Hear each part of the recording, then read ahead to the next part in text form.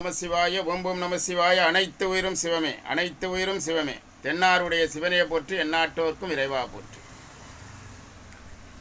மாதவிடா காலங்களிலே பெண்களுக்கு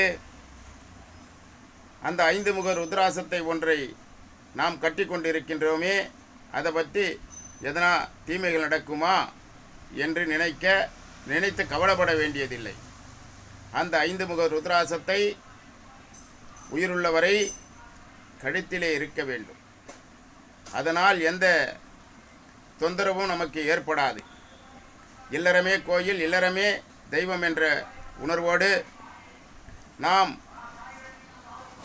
கோயிலுக்கு செல்கின்றோம், அம்மன் கோயிலுக்கு செல்கின்றோம். மற்ற கோயில்களுக்கு செல்லுகின்ற பொழுது மாதவிடா நேரிடுகிறது என்றால் அந்த நேரத்திலே அந்த ஆலயத்தை விட்டு வந்துவிடக்கூடாது. அது இயற்கை, இறைவனால் படைக்கப்பட்டது. ஆணும் பெண்ணும் ஈசனே. ஒரு பக்கம் ஆணும் ஒரு பக்கம் பெண்ணும் அத்தனார் ஈஸ்வரர்.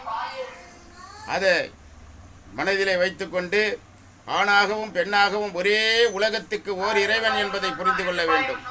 பல முறை சொல்லியிருக்கின்றேன், உலகத்துக்கு ஓர் இறைவன் தான். பல ரூபங்களிலே இருக்கின்றார் ஈசன்.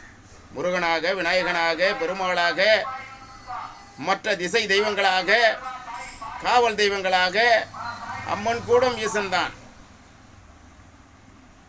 அதை மனதில் வைத்துக்கொண்டு நம் நிலையான வாழ்வை வாழ வேண்டும். கணவன் மனைவி இடையிலே இறைவனை என்பது தேவையில்லை. ஒற்றுமையோடு ஒருவருக்கு ஒருவர் விட்டு கொடுத்து இவ்வுலகிலே வாழ வேண்டும். ஒற்றுமையாக இருந்து அந்த இல்லற வாழ்க்கையிலே ஈடுபட வேண்டும்.